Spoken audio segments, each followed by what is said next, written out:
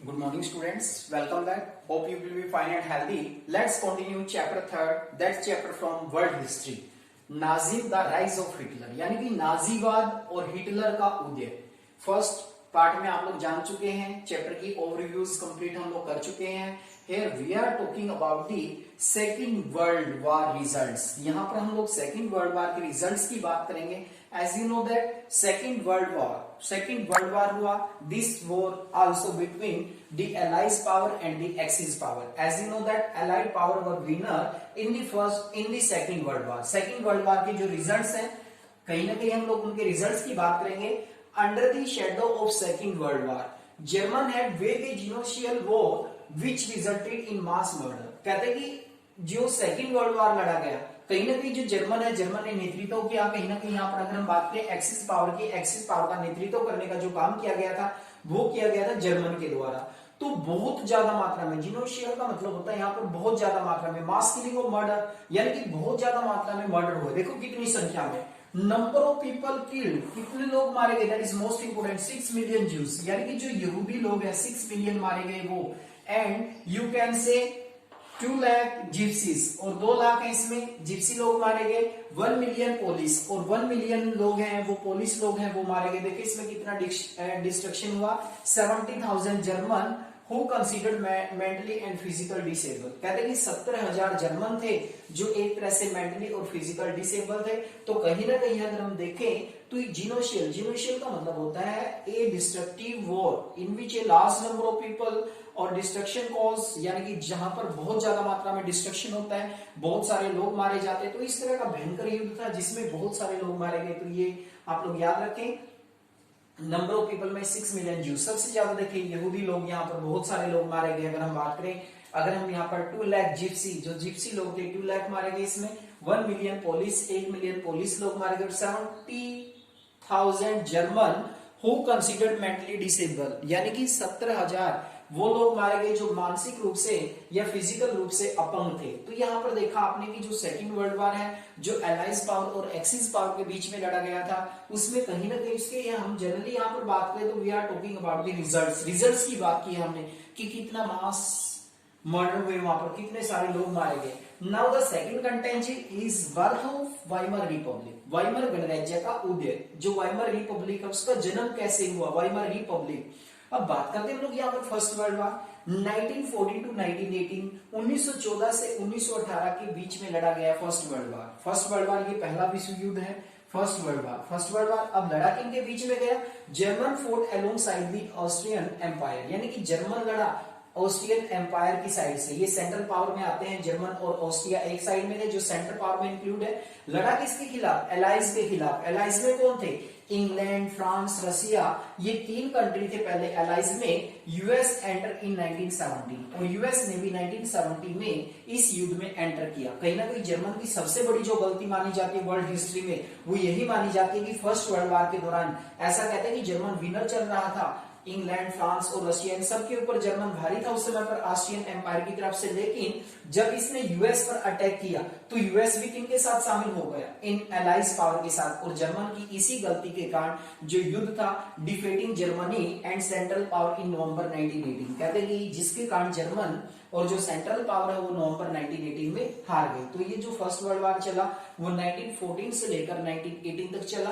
और जनरली हम यहाँ पर बात करें तो इस युद्ध किन किन के बीच में हुआ? ये यहाँ पर सेंट्रल पावर की बात करते हैं हम लोग, यहाँ पर एलाइज पावर की बात करते हैं। एलाइज पावर में कौन कौन थे? फर्स्ट वर्ल्ड वार का हमने जाना यहाँ पर एलाइज और एक्सिस पावर। यहाँ पर एलाइज और सेंट्रल पावर में जर्मन और ऑस्ट्रियन एम्पायर अगर हम बात करें तो, और अगर हम बात करें यहाँ पर एलाइज पावर में इंग्लैंड, फ्रांस और Russia. The question is also when did US enter in the war, first world war? US enter in 1917। US पर हमला करना जर्मनी की सबसे बड़ी गलती मानी जाती है, सबसे बड़ी भूल मानी जाती है, जिसके कारण जर्मन को हार का सामना करना पड़ा। और सेंट्रल पावर कब हार गई? नवंबर 1918 में। That is most important date, you must have to be remember about this all of this incident. That is the first world war, introduction of first world war. 1914 से 1918 तक चला।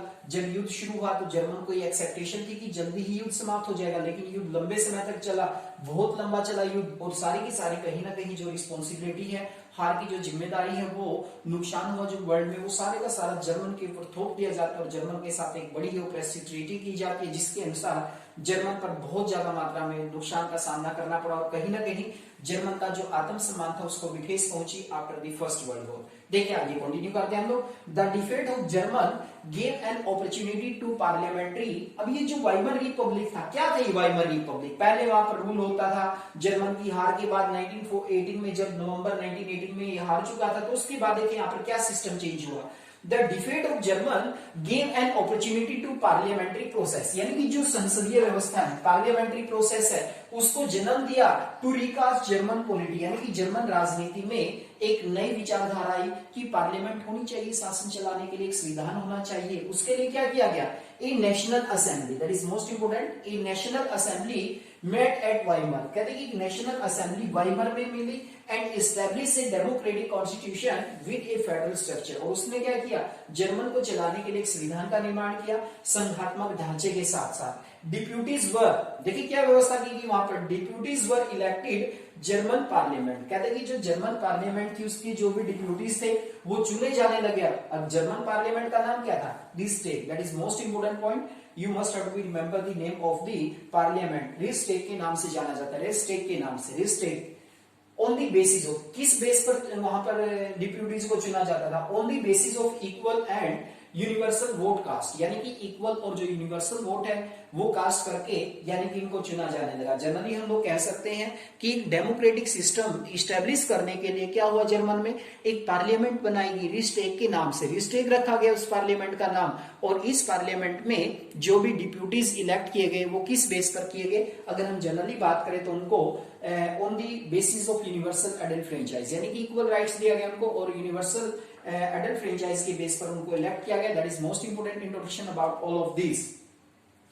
Now we are talking about here कि ये जो parliament बनी, सबसे important जो questions बनेगा आपको वो यहां पर बनेगा, what is the name of the parliament, यानी कि जो पार्लियामेंट्स थी, पार्लियामेंट का नाम क्या था? जर्मन पार्लियामेंट का नाम, you must have to be remember the name of German parliament. German parliament का नाम आपको याद रहना चाहिए, that is most important, German parliament. Reichstag के नाम से जाना गया। अब रिपब्लिक है, वाइमर रिपब्लिक, तो वाइमर नामक स्थान पर ये पार्लियामेंट बनी थी, इसलिए इसको नाम दिया गया वाइमर रिपब्लिक, वाइमर गणराज्य। अब रिपब्लिक का मतलब क्या होता है? System of government where representative are elected by the public, that is called republic. एक ऐसा सिस्टम जहां पर यानी कि प्रतिनिधियों को जनता के द्वारा चुना जाता। तो आपने देखा कि जो रिस्टेग पार्लियामेंट बनी, यहां पर इक्वल वोट डालने का अधिकार था। और सबसे इंटरेस्टिंग बात, इंक्लूड वुमेन्स, यानी कि औरतों को भी वोट डालने के लिए इस पार्लियामेंट में अधिकार दिया गया। औरतों ने भी इसमें वोट डाला। तो सबसे इंटरेस्टिंग बात यह भी थी इसकी, तो ये पार्लियामेंट जो वाइमर गणराज्य बना, कहीं ना कहीं यही रिस्पॉन्सिबल माना जाता है जर्मन की हार का, और जर्मन के साथ एक बहुत अपमानजनक जो संधि हुई थी, सारी की सारी रिस्पॉन्सिबिलिटी कहीं ना कहीं ये कहते हैं कि जो वाइमर रिपब्लिक है that is completely failure, that have to be accepted the defeat of German. Weimar republic ने ही जर्मन की हार को स्वीकार किया। It also accept the treaty, that is Versailles treaty have to be accepted by, सारी की सारी जो कंप्लीट रूप से आप लोग कह सकते हैं कि सारी की सारी जो जर्मन की हार की रिस्पॉन्सिबिलिटी डाली गई वो वाइमर रिपब्लिक के ऊपर डाली गई। वाइमर रिपब्लिक, ये जो गवर्नमेंट बनी, कहीं ना कहीं इसकी रिपब्लिक, कहीं ना कहीं ये जर्मन की हार की रिस्पॉन्सिबल थी। देखिए अब क्या होता है, German defeated in First world War, German First world War में डिफेट हुआ। The peace treaty Versailles with the allies was a harsh and humiliating peace. कहते हैं कि जो संधि की गई थी, वर्सिले जो संधि की गई थी, वर्साई जो संधि की गई थी फर्स्ट वर्ल्ड वॉर के हारने के बाद एलाइज के साथ जो जर्मन की संधि हुई थी, उसमें बड़ा ही हरास, बड़ा ही अमानवीय और बड़ा ही हरास, बड़ी ही यानी कि अपमानजनक संधि थी ये जर्मन के साथ। यानी कि सारे का सारा जो कंप्लीट रूप से हम कह सकते हैं कि सारी की सारी जो रिस्पॉन्सिबिलिटी थी फर्स्ट वर्ल्ड वॉर के लिए जो रिस्पॉन्सिबल ठहराया गया, इस संधि के अनुसार वो जर्मन को ठहराया गया। और कहीं ना कहीं जर्मन के ऊपर एक बहुत बड़ा आरोप लगा दिया गया कि जर्मन के कारण ही फर्स्ट वर्ल्ड वॉर हुआ है। और कहीं ना कहीं ये चीजें सामने आई जिसके कारण यानी कि बहुत सारी प्रॉब्लम फेस करनी पड़ी जर्मन को। बहुत सारा पार्ट्स है जर्मन के साथ, ये अपमानजनक संधि थी, इसका भी कंप्लीट रूप से वाइमर रिपब्लिक को ही रिस्पॉन्सिबल माना जाता है। The next content is the war guilt. ये ट्रीटी याद रखे बेटा, मोस्ट इंपोर्टेंट है। ये कौन सी ट्रीटी हुई थी? अपमानजनक ट्रीटी थी ये, एक territory of Versailles, that is most important treaty that was allies and between the German, that was an harsh and humiliating treaty with German.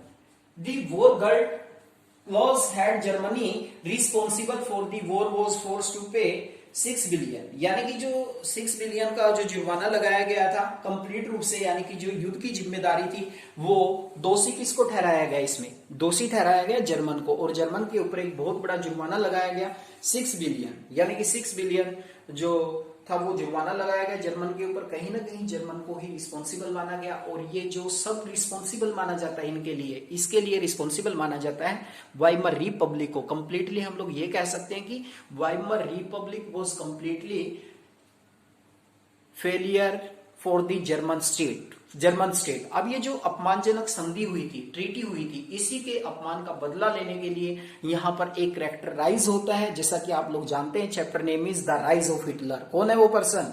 Rise of Hitler. Hitler आएगा, वो नेशनल असेंबली को dissolve करेगा और सारी की सारी power अपने हाथ में लेगा, और किस तरह से वो जर्मन को एक पावरफुल और माइटी स्टेट्स बनाने में अपनी मदद करता है, किस तरह से वो लोगों को विश्वास दिलाता है कि फर्स्ट वर्ल्ड वॉर में जो उनके साथ ये अपमानजनक संधि हुई है उसका वो बदला लेगा। But there are some circumstances that we have to be known about the German